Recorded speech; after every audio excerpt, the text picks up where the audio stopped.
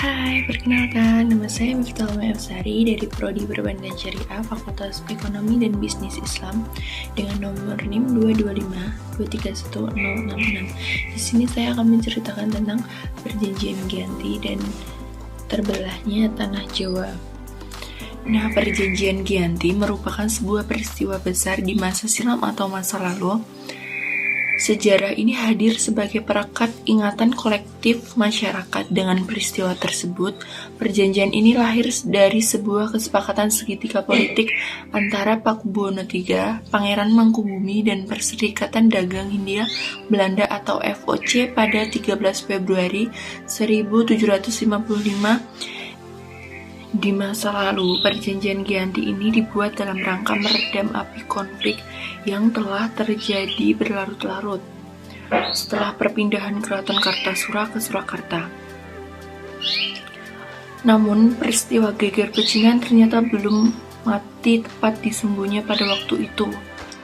Nah, sejak saat itulah pecah perang Mangkubumen, puluhan ribu prajurit Belanda dan prajurit Jawa tewas perlawanan ini, mendorong gubernur dari FOC untuk Jawa Utara.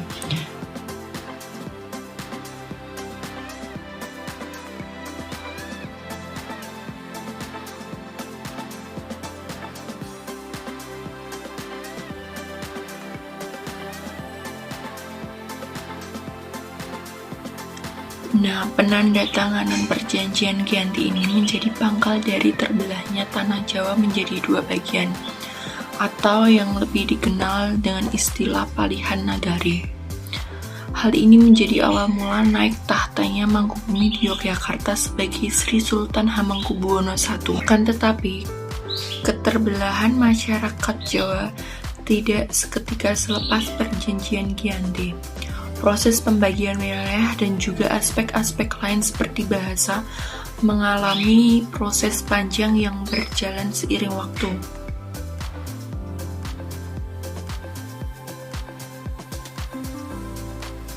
Nah, setelah perang bertahun-tahun, FOC akhirnya menyudahi dengan penandatanganan perjanjian Salatiga pada 1757.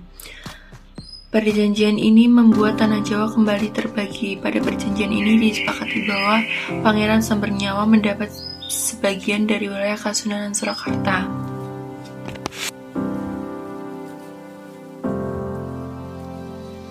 Dinamika politik yang digerakkan oleh angin revolusi pada masa pertengahan 1940 membuat masing-masing mengalami nasib yang berbeda. Hal ini berujung pada perbedaan status hingga hari ini. Di masa Republik Indonesia, Kasunanan Surakarta dan Kadipaten Mangkunegaran menjadi situs cagar budaya.